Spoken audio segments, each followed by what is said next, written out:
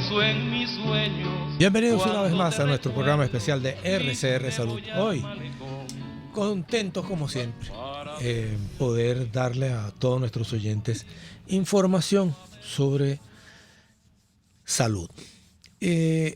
Comenzamos con esto porque esto se convirtió en un clásico venezolano. Y este clásico venezolano es debido a que este señor que la popularizó, que es el señor Francisco Pacheco, acompañado por la Serenata Guayanesa, grabaron este tema y este tema se colocó en los primeros lugares de las emisoras populares. Y no solamente eso, sino que además tuvimos la oportunidad en ese momento que se estrenaba y estrenamos nosotros aquí en Radio Caracas Radio ese número, esa canción, La Viajera del Río. Tuvimos oportunidad de hablar con su compositor, el señor maestro Manuel Llanes. El maestro Manuel Llanes, un guayanés de Ciudad Bolívar, nos conversó de quién le había hecho esa canción, y esa canción se la hizo a su esposa que se había muerto unos meses atrás allá en Ciudad Bolívar. Y la traje hoy a colación porque ya tenemos aproximadamente 20 años de la muerte del maestro Manuel Llanes, y por eso este recuerdo para ese señor, quien yo no creo que haya algún día pensado que su homenaje a la esposa se iba a convertir en un clásico de música venezolana. Hoy vamos a hablar de una cosa que todo el mundo oye, que todo el mundo sabe, que todo el mundo ha tenido en algún momento alguna información. Pero muchas de esas informaciones que tenemos no son suficientes como para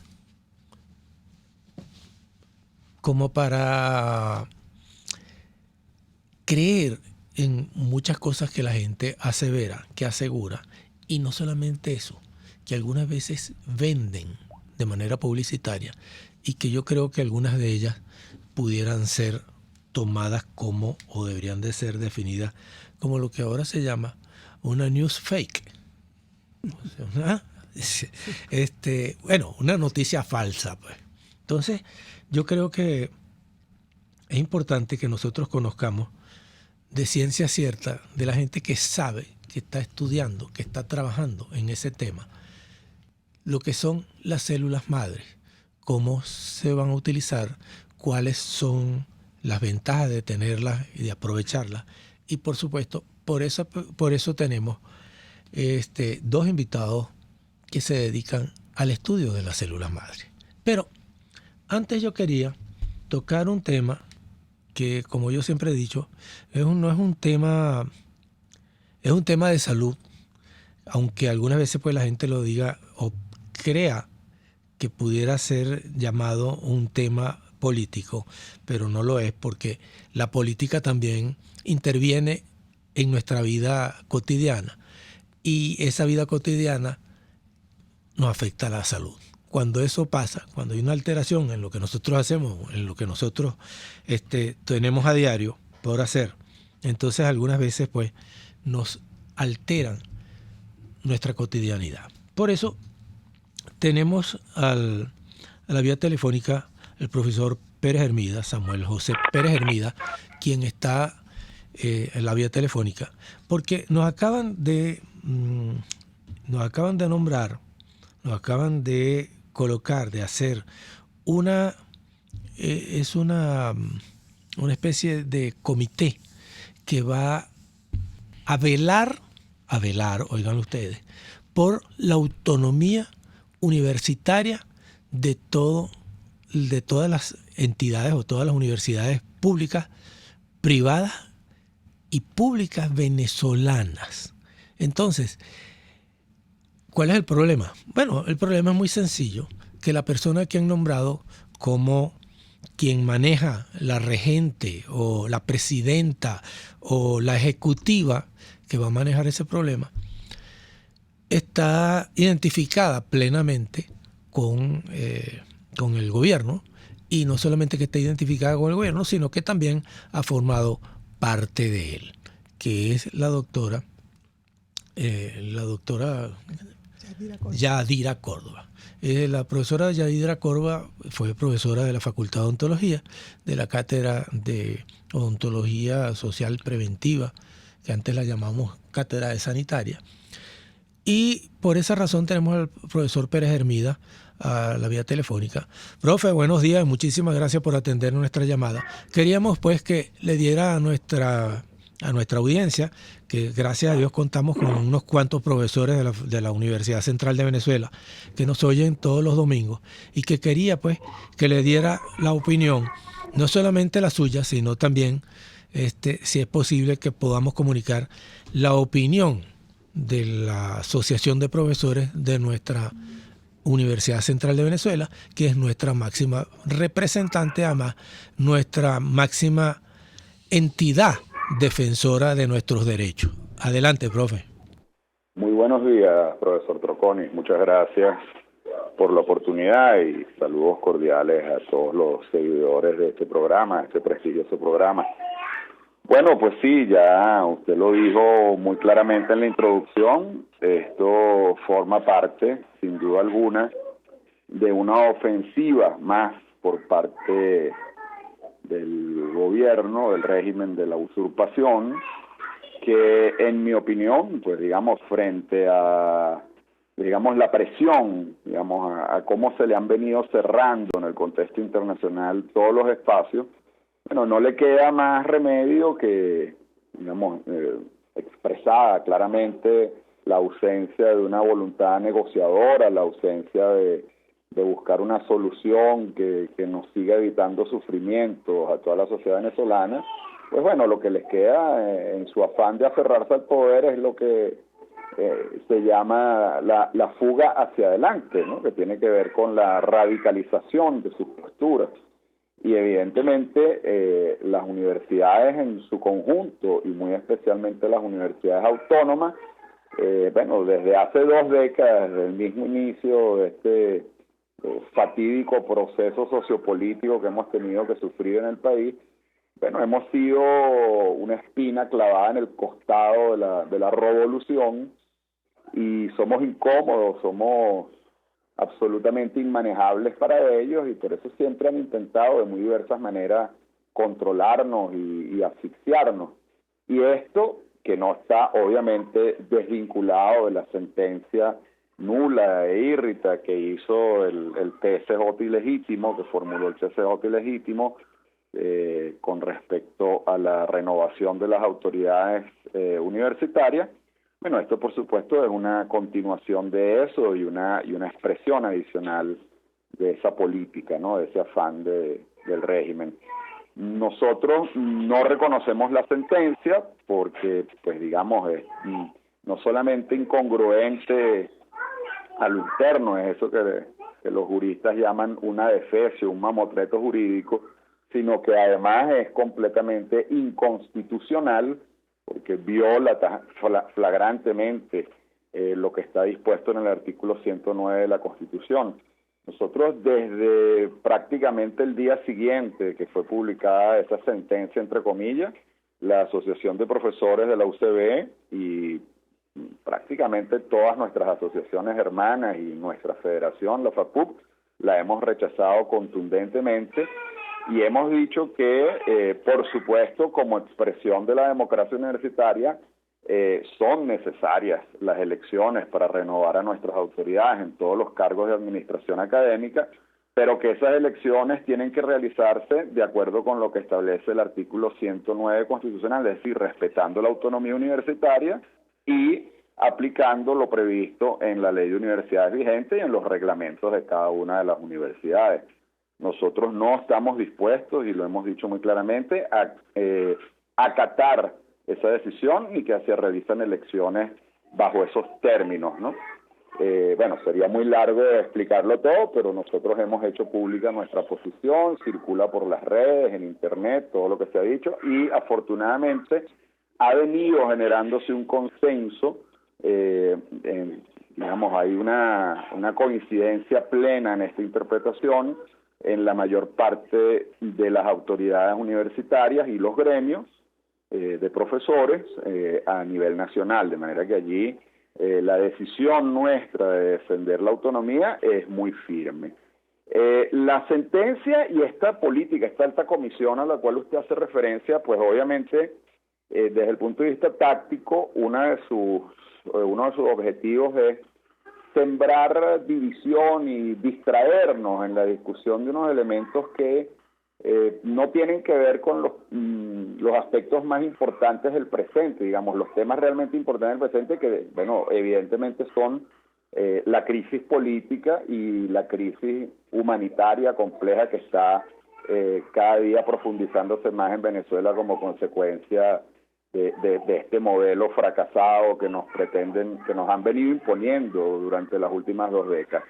Pero bueno, pretenden lanzarnos, como se diría coloquialmente, ese hueso para que nos destrocemos a lo interno, peleándonos por los cargos de dirección universitaria, bueno, porque evidentemente es un tema, como dije antes, necesario, es decir, las elecciones en algún momento tienen que realizarse y las autoridades tienen que ser renovadas. Entonces la apuesta de ellos es distraernos por la vía de que se abra la competencia y que un poco las ambiciones legítimas o no de quienes aspiran a esos cargos nos hagan salirnos de la ruta que nos hemos trazado, que está muy clara también porque hemos dicho en todo momento que la solución a los graves problemas que tienen nuestras instituciones universitarias y por ende inevitablemente los gravísimos problemas que sufrimos todas las familias universitarias no tienen fórmula de solución si no se resuelve la situación del país. Es decir, para salvar a la universidad tenemos que salvar a Venezuela y la salvación de Venezuela no está en otra cosa que no sea el rescate de una auténtica democracia y la sustitución de este modelo político autoritario, represivo y que, pues digamos, solamente beneficia a las cúpulas de la corrupción. Es muy lamentable que una colega como la profesora Córdoba se preste a esto. Es muy lamentable que sus convicciones ideológicas sean más fuertes que, pues digamos, su solidaridad con la institución que la formó y en la cual hizo carrera y que no sea solidaria tampoco con el sufrimiento de sus colegas, ¿no? Yo me imagino, por ejemplo, para usted, profesor, que la tuvo de cerca en su facultad, que fueron compañeros, sin duda que esta es una situación lamentable, triste. Pero bueno, es la realidad.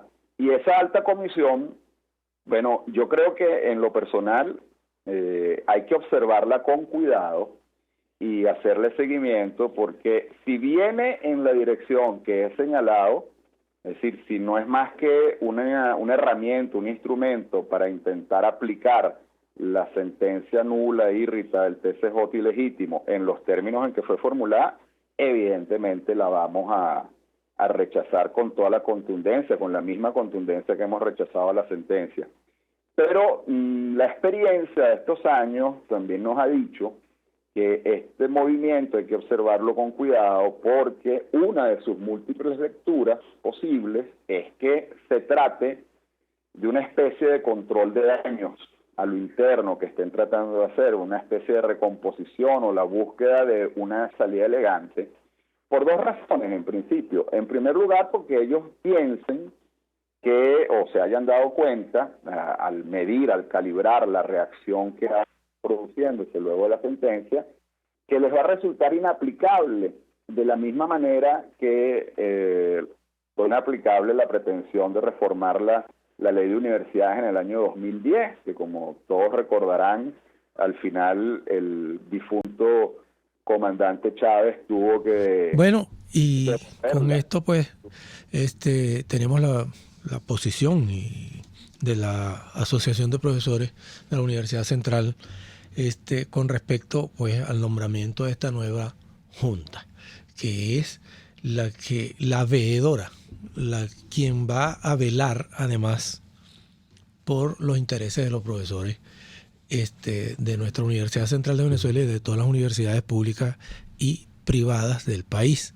Así que con eso pues les dejo para que ya vengamos con este tema que me parece muy importante y que todos debemos conocer, que son las células madre. Vamos a hacer una breve pausa.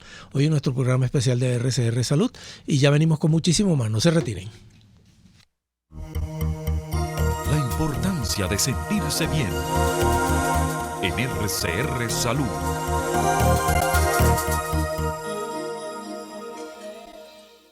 Puedes seguirnos en nuestras redes sociales. En Twitter, @RCR750, la radio que se ve. En el restaurante Lon Low se atienden los comensales más exigentes con todo placer y piden sus platos a su gusto, pero si quieren algo y no está en el menú, se lo preparan a su gusto y al momento.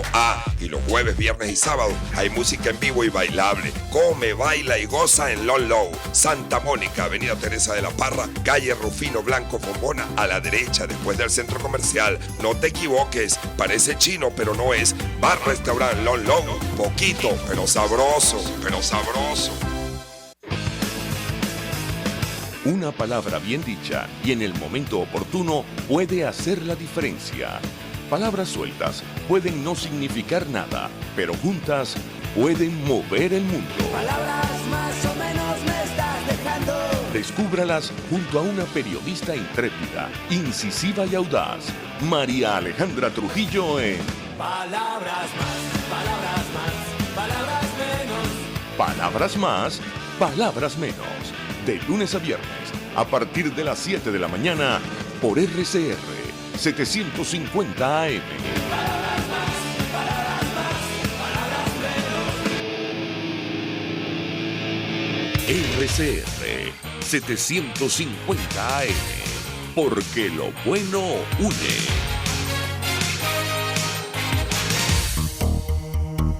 RCR Salud le invita a seguir escuchando nuestro tema de hoy con el doctor José Eduardo Troconis y sus invitados especiales.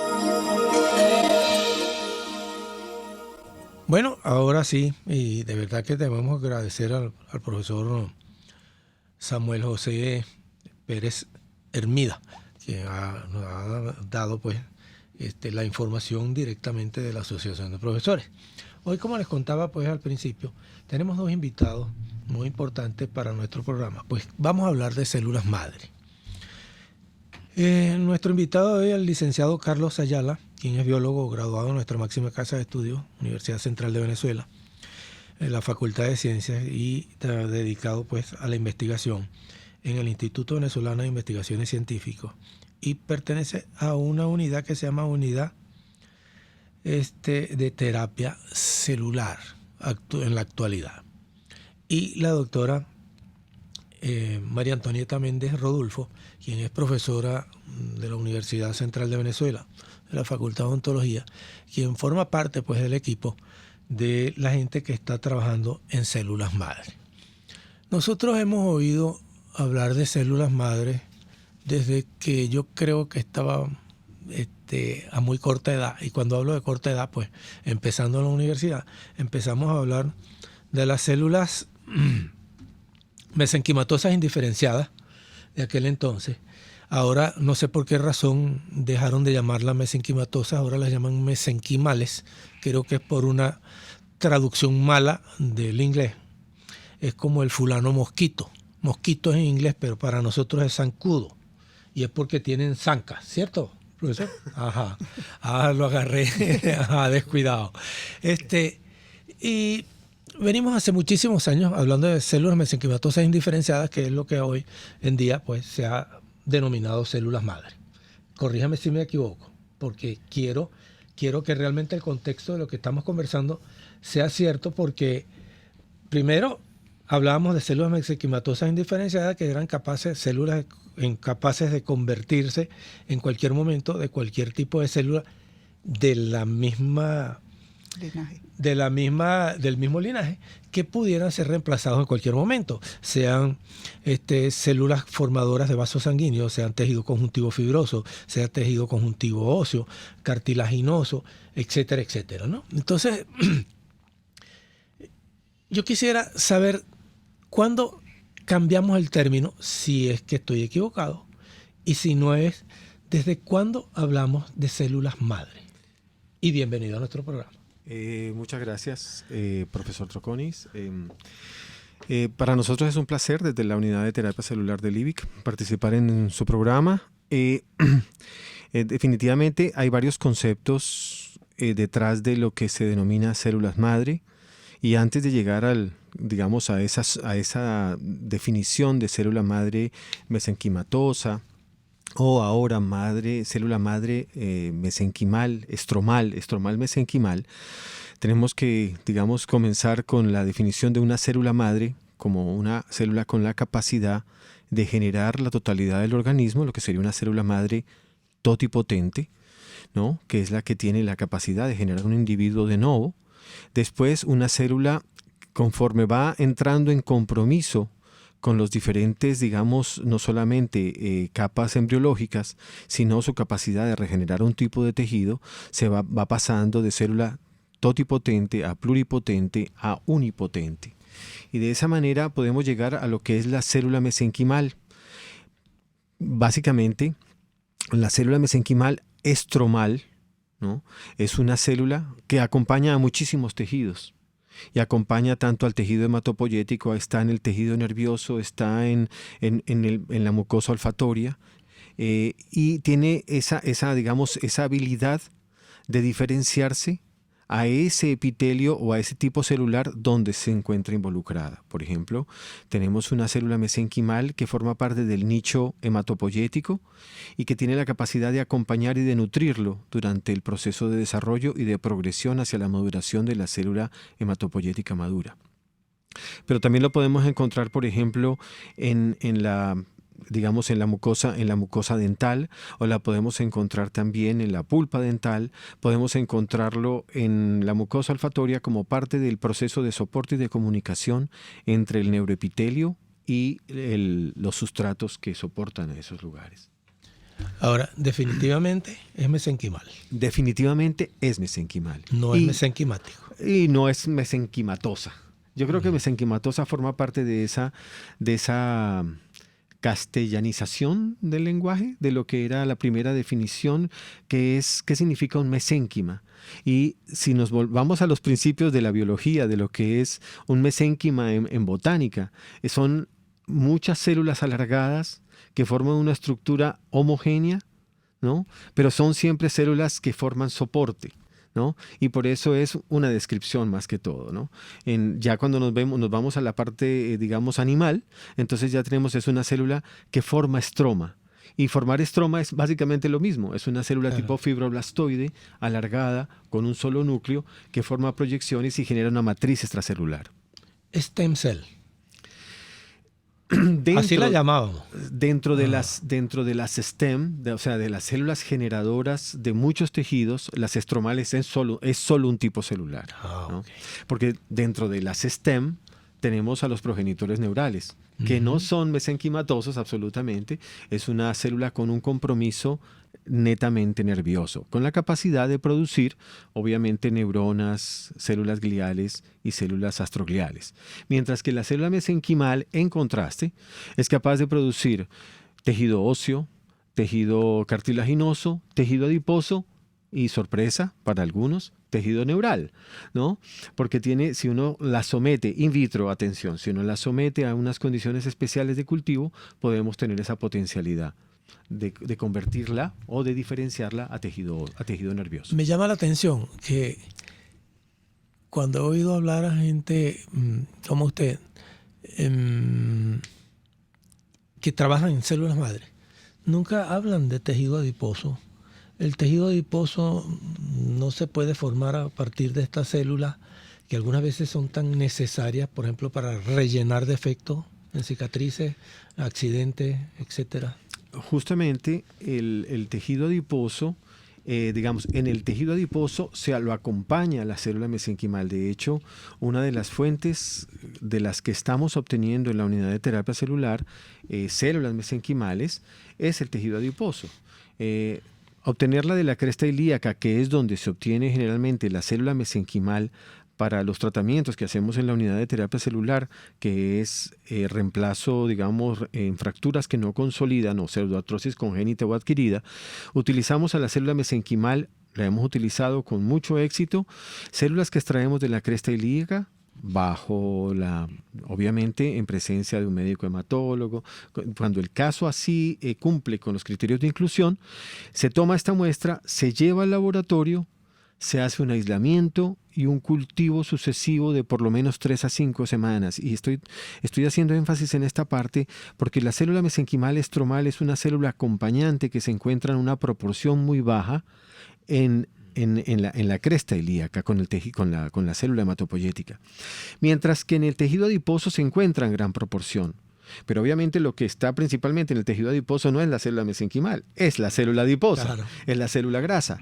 Luego hay que enriquecerla y para enriquecerla hay que fraccionar. Y fraccionar desde el punto de vista biológico es digerir con enzimas proteolíticas que se encarguen de separar a la matriz, que en este caso sería la célula grasa, de la célula mesenquimal, y una vez que se ha llegado a concentrar en un volumen suficiente, o sea, número de células, entonces se puede llevar otra vez a cultivo para obtener millones de células.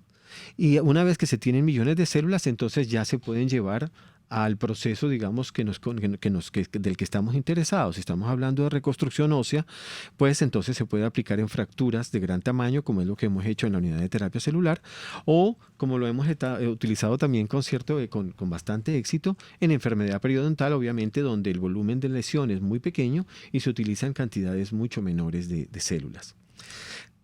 Pero ¿por qué hago énfasis en la parte del crecimiento y la expansión celular? Porque actualmente se le ofrecen a pacientes, se le ofrecen tratamientos milagrosos con células madre a partir de tomas de sangre, ni siquiera de cresta ilíaca, a veces de lugares como del propio esternón. Se toman muestras de sangre, se enriquecen en el laboratorio por centrifugación y se inyectan nuevamente.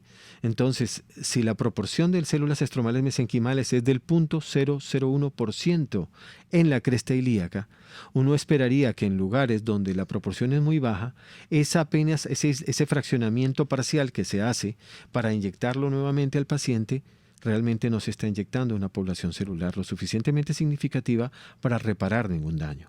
Y entonces eso es la falsa información de una terapia que no ha sido probada.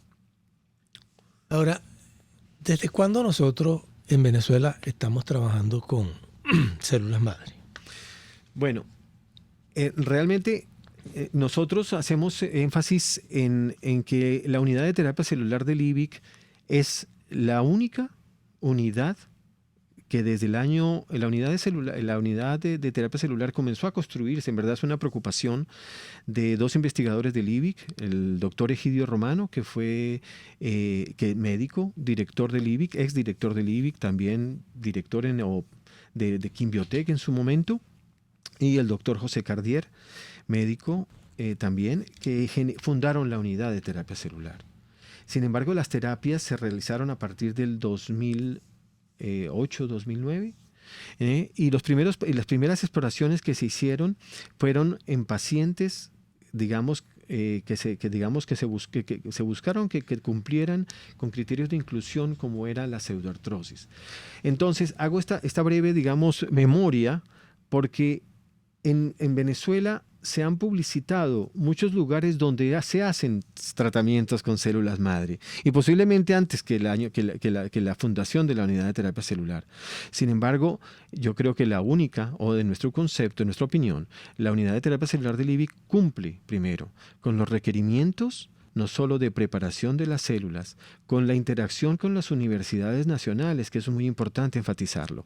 La unidad de terapia celular ha desarrollado colaboraciones con el Servicio de Traumatología del Hospital Universitario de Caracas, con el Servicio de Traumatología de la Universidad de los Andes, con la Facultad de Odontología y con otros, y con el Hospital del Llanito. Luego esa interacción, universidades nacionales, instituto de investigación, es el que ha permitido llevar de una manera seria, con mucho fundamento científico, la utilización de la terapia celular para la resolución de problemas clínicos.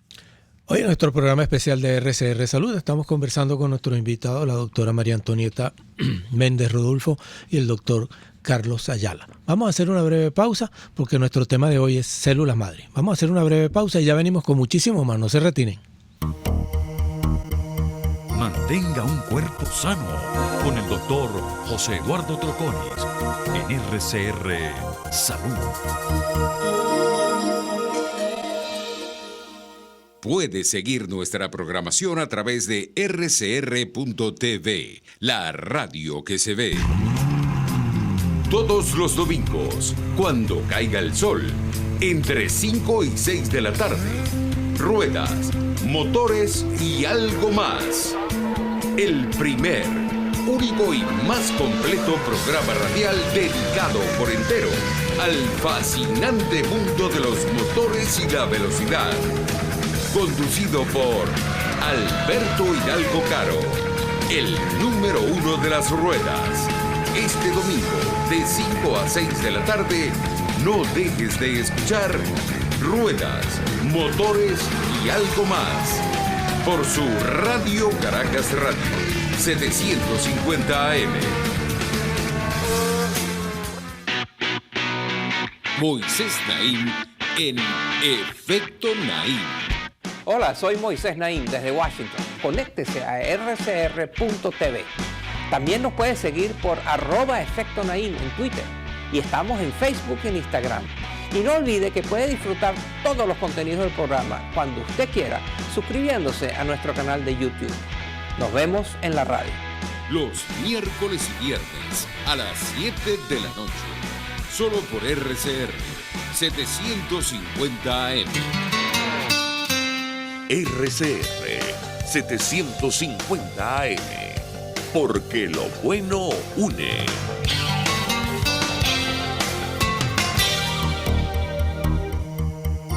La importancia de sentirse bien. En RCR Salud. Hoy en nuestro programa especial de RCR Salud, conversando con nuestros invitados, el licenciado Carlos Ayala y la doctora María Antonieta Méndez Rodulfo. A la doctora María Antonieta, doctora, ¿qué motivó que usted fuera y le tocara la puerta al doctor Ayala, le dijera, epa, venga acá, vamos a trabajar enfermedad periodontal? Primero, ¿por qué enfermedad periodontal? Muy buenos días y gracias por la invitación. Es un placer estar aquí compartiendo con tan distinguido invitado y moderador. No. La preocupación en la enfermedad periodontal desde hace muchos tiempos se ha venido tratando de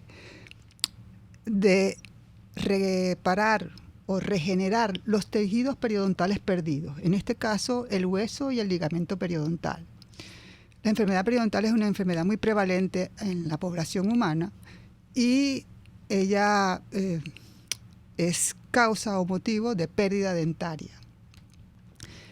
Los tejidos periodontales son unos tejidos muy complejos porque conforman una serie de tejidos que lo involucran, la encía, el ligamento y el cemento y el hueso alveolar.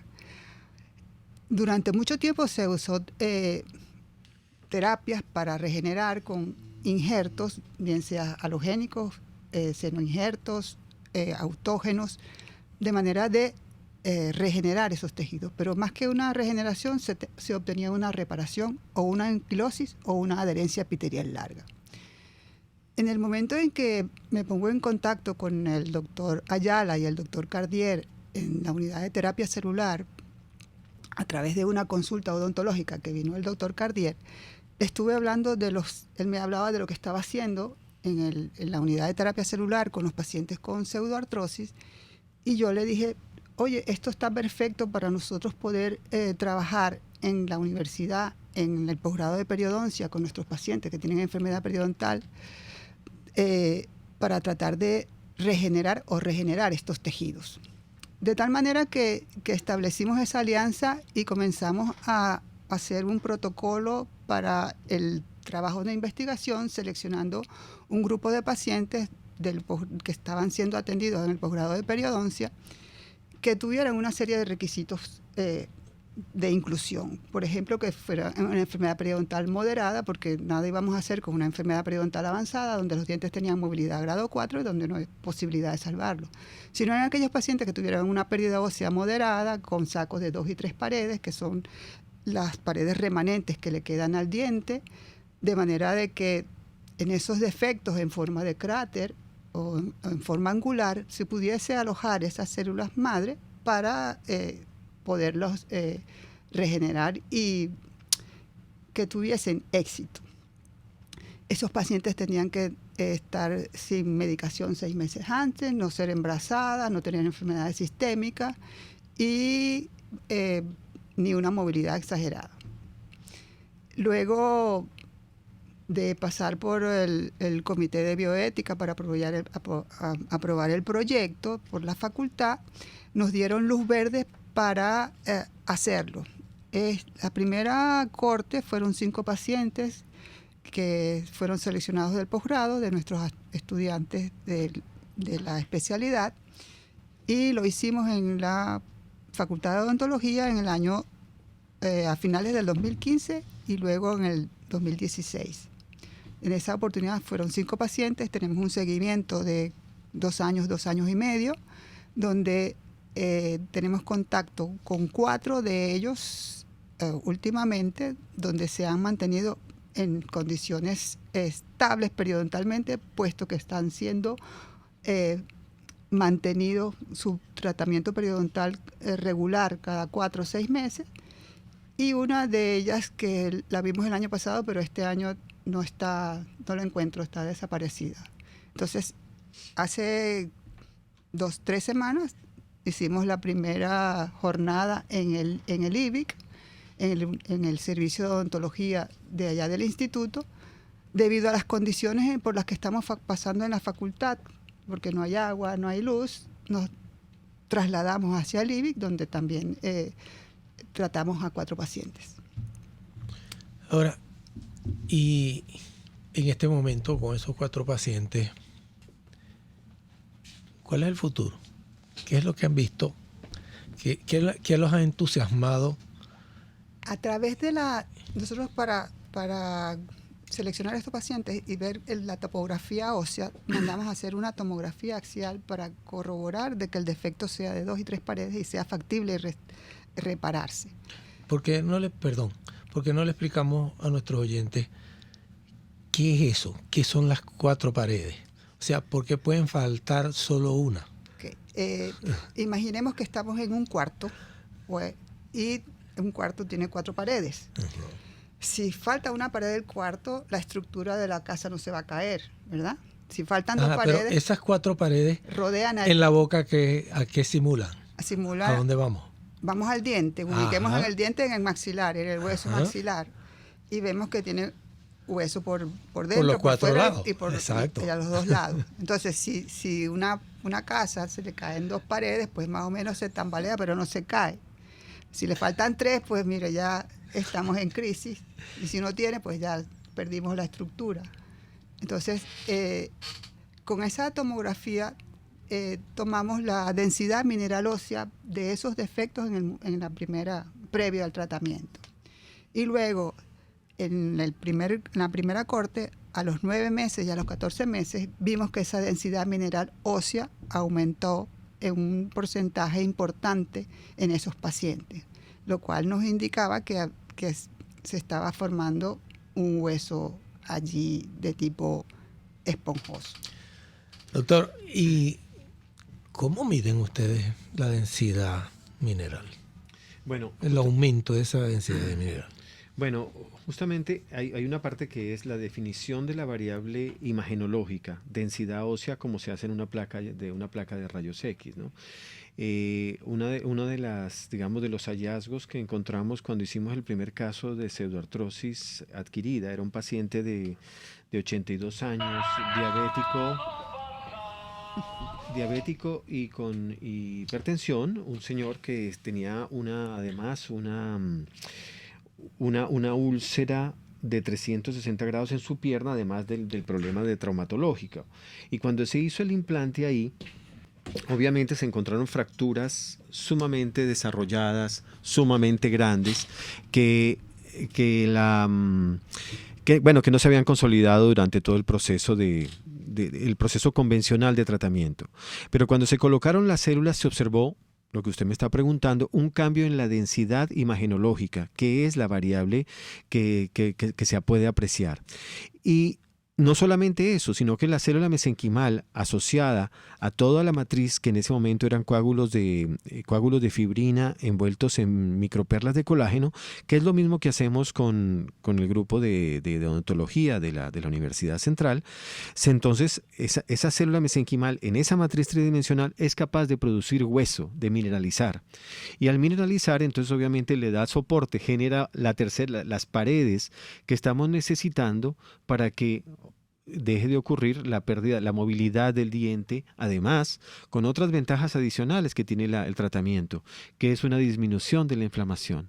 La célula mesenquimal estromal no solamente puede, en este caso, producir hueso, ayudar a producir hueso, sino que además, con su efecto paracrino, que es la liberación de factores de crecimiento, induce a la formación de nuevos vasos, lo cual es muy interesante y muy rico, porque oxigena toda la zona donde se está generando, donde se generó la cavidad, disminuye la inflamación, ya que la célula estromal también es capaz de producir citoquinas y de esa manera regular el entorno alrededor de la encía, de tal manera que ese tratamiento pues tiene mucho efecto.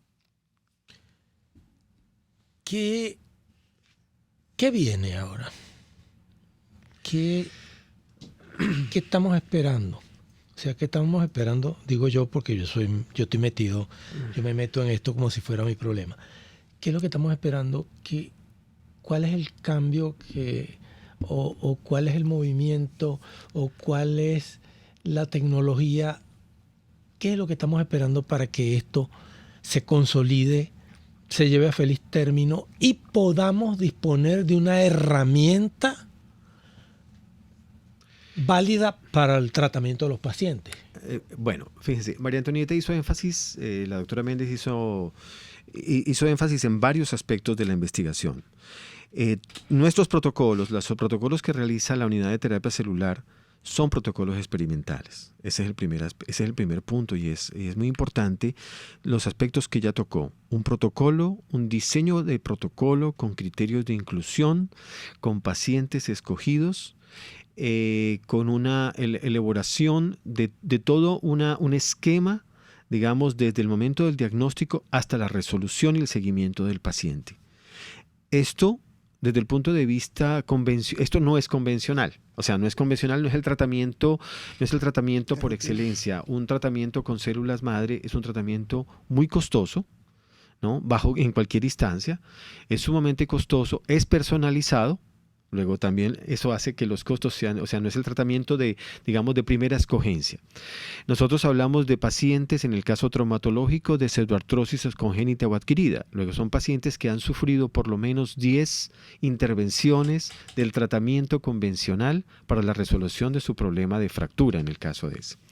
En el caso de periodontal, son pacientes que, con los tratamientos convencionales no se va a resolver el problema periodontal. Entonces, en ese momento, una vez que cumplen con los criterios de inclusión, pues se lleva a cabo esta experiencia. Y esta experiencia ha sido favorable para el caso de pseudoartrosis, para el caso de úlceras no diabéticas, para el caso de quemaduras extensas, donde hemos aplicado la célula estromal mesenquimal con resultados realmente fabulosos. Pero indudablemente, ¿qué es lo importante aquí? Tenemos comités de bioética que evalúan el protocolo, tenemos el protocolo muy bien diseñado, tenemos además esa interacción. Y yo creo que hay que hacer énfasis en esa relación, que es muy importante y que forma parte, de la gran preocupación entre los que hacemos investigación básica y preclínica y los clínicos propiamente dichos. Esa comunicación constante que nos permite llevar una alta tecnología, como es la aplicación de la célula madre, a la resolución de un problema concreto, que es la situación del paciente, que es la clínica del paciente. Entonces, el potencial es mucho. El desarrollo es lento, los recursos son muy limitados, pero indudablemente que el campo, es decir, si nosotros logramos entender primero el desarrollo tecnológico y segundo la aplicación y la resolución, vale la pena, primero obviamente hacer la inversión en ciencia y ver cómo esta ciencia que estamos haciendo logra resolver problemas de los pacientes, indudablemente que ya está ganado con que un paciente pueda tener, no solo pueda caminar, no solo tenga su piel en el caso de quemaduras extensas, que una persona no deje de sentir dolor en el caso de úlceras no diabéticas, va a ser ya definitivamente un punto a favor del desarrollo de esta tecnología. Siempre has hablado de las articulaciones y que las articulaciones, hay una gran parte de las articulaciones se ha podido solucionar problemas que hay, sobre todo por el desgaste de lo que es lo que se llamaba la cápsula o simplemente el tejido cartilaginoso que protege o permite que no estén pegados un hueso con otro. Pero hay una muy especial, la articulación temporomandibular, que es de todo el mundo, pero nadie le quiere poner el frente. Y que no es tan fácil además. Me están diciendo que vaya a corte. Y quería preguntarle, ¿qué la hace diferente? Y si vamos a tener solución. Vamos a contestar ahorita ya de una vez, porque él me está dando permiso. Si vamos a tener solución para eso tan complicado como es la articulación temporomandibular. Bueno, la pregunta es muy buena. Indudablemente que yo no soy especialista en digamos, en esa parte tan importante que es la articulación temporomandibular. Sin embargo, lo que nosotros hacemos antes de llegar al paciente es hacer un ensayo preclínico. Y para hacer un ensayo preclínico tenemos que simular en animales, en ratones o en otras especies, en conejos, hemos desarrollado, digamos, el modelo de lesión temporomandibular, ¿no? Lo cual es bien interesante. Digamos, en mi caso particular, nosotros hemos desarrollado modelos de isquemia cerebral o modelos de trauma espinal. ¿Por qué? Porque queremos simular lo que le pasa a un individuo.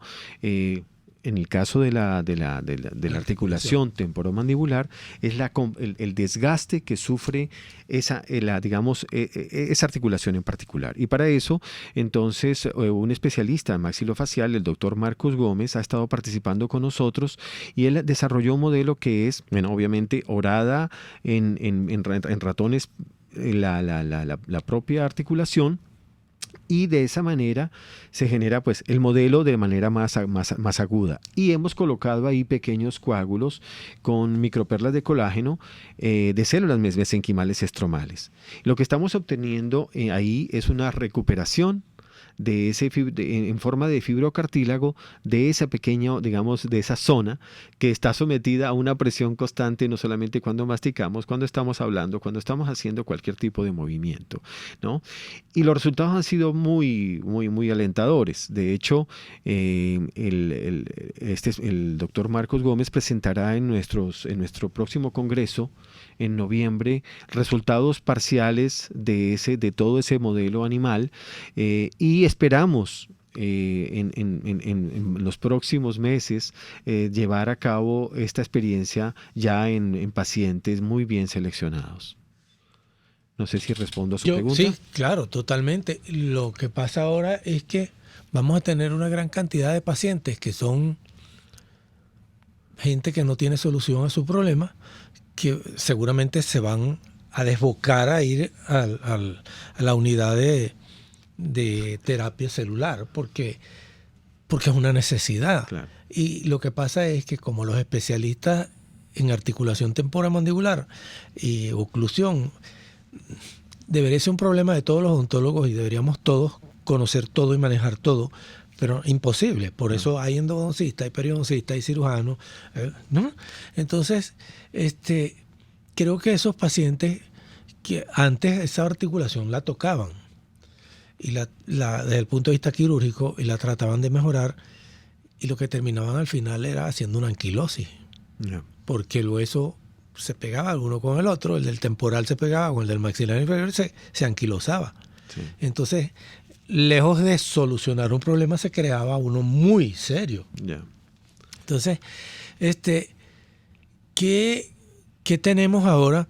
Y ¿Y cuándo más o menos podríamos tener la visión o la luz o más o menos certeza de que ya podríamos empezar a solucionar el problema? Claro, la pregunta es muy abrupta, muy repentina para una cosa que es un proceso muy lento. Claro. Pero esto es una condición que la gente está esperando solucionar. Claro, el doctor Bastidas no, porque no le conviene. Indudablemente que uno es la definición del problema, o sea, la definición del problema clínico y los criterios de inclusión son, digamos, cruciales para la toma de decisión de la intervención con las células estromales mesenquimales, ¿no? Así como la doctora Méndez nos acaba de decir cuáles son los criterios que deben cumplir los pacientes para ir al tratamiento de la enfermedad periodontal. Indudablemente que la enfermedad periodontal, como ella bien lo dijo, tiene una prevalencia muy elevada. Indudablemente que otra vez en el universo de la enfermedad periodontal existen por lo menos tres niveles que se reconocen asociados a la pérdida, digamos, de la entidad biológica que rodea a la pieza dental. Después, lo que significa la nutrición, lo que significa la masticación y todos esos elementos que serían el segundo nivel. Y el tercer nivel sería la parte social del individuo, que es la educación. Y uno se preguntaría qué tiene que ver eso al final con la enfermedad periodontal, los hábitos, la educación y todo esto. Entonces, igual debemos definir los niveles, digamos, que hacen a la articulación temporomandibular susceptibles a la lesión. ¿Cuáles son esos niveles donde nosotros podemos intervenir de manera que posiblemente las intervenciones que se hacen son agudas, tratando de resolver el problema, pero no resolviendo la causa principal o la causa primaria? Y entonces estamos viendo el efecto final, que es el daño obviamente de la articulación, pero todo lo que condiciona a esa situación no ha sido resuelto. Entonces posiblemente todos los tratamientos convencionales que se hacen no tienen resolución de la parte clínica porque el paciente sigue teniendo malos hábitos, cualquiera que estos sean, y que condicionen a la patología. Entonces tenemos que empezar, como siempre he dicho, lo que tenemos que hacer es educar. Sí. Porque educando podemos lograr, que el paciente que sienta algo o que tenga algún síntoma o signo que le llame la atención, vaya al odontólogo o vaya al médico según sea la necesidad, para poder empezar a tiempo a darle o por lo menos mejorar la condición o decir, este paciente hay que hacer tal cosa. Absolutamente. Yo creo que sí. Indudablemente que la parte de educación es crucial, no solamente para salud dental. Estamos hablando de salud para la vejez, si podemos decir de eso, ¿no? Si hablamos de salud para la vejez, ¿en qué consiste? En mi área, que es enfermedades neurodegenerativas, en particular, digamos, la historia de la mediana edad condiciona al envejecimiento. Uh-huh. Entonces tenemos individuos, si un individuo que tiene es normotenso, que tiene una normoglicemia, que hace ejercicio, que tiene un nivel de alfabetización adecuado, que tiene una vida vamos a decir, una vida apreciablemente saludable durante la cuarta y quinta década de la vida, eso va a garantizar de cierta manera que su envejecimiento va a ser favorable. Pero realmente uno no entiende que esa vida saludable en la cuarta y quinta década de la vida es un condicionante de la vejez, salvo cuando ya está en la sexta, séptima década de la vida. Entonces, es importante que la población entienda, primero, que el estado de salud no solamente se adquiere por comer bien o realizar una actividad, sino por mantener un cerebro activo y por realizar otra cantidad de actividades enriquecedoras dentro del mismo grupo de edad que permitan que un envejecimiento favorable. Yo lo quiero comprometer públicamente en el programa porque quiero que una semana antes del Congreso, que va a ser en noviembre, sí, hablemos del tema otra vez y hablemos de los invitados, hablemos de los temas que están propuestos para ese congreso. Muchísimas porque gracias. Creo que la gente necesita información. Muy bien, muchísimas gracias. Y los gracias. profesionales de la salud a todo nivel necesitan también información. Excelente, muchísimas gracias. Bueno, de parte de ese gran equipo de RCR Salud, le damos las gracias al doctor Ayala, al doctor Carlos Ayala y a la doctora María Antonieta Méndez Rodulfo por haber estado con nosotros aquí en el programa y haber compartido con nuestros oyentes. Y de parte de ese gran equipo formado por el señor George Castillo, quien estuvo en el control maestro, en mi propio nombre, José Eduardo Troconis Ganime, le damos las gracias por haber estado en nuestra sintonía y le deseamos un feliz comienzo de semana el día de hoy y será hasta una próxima oportunidad. Paseando una vez por el malecón, extasiado me quedé.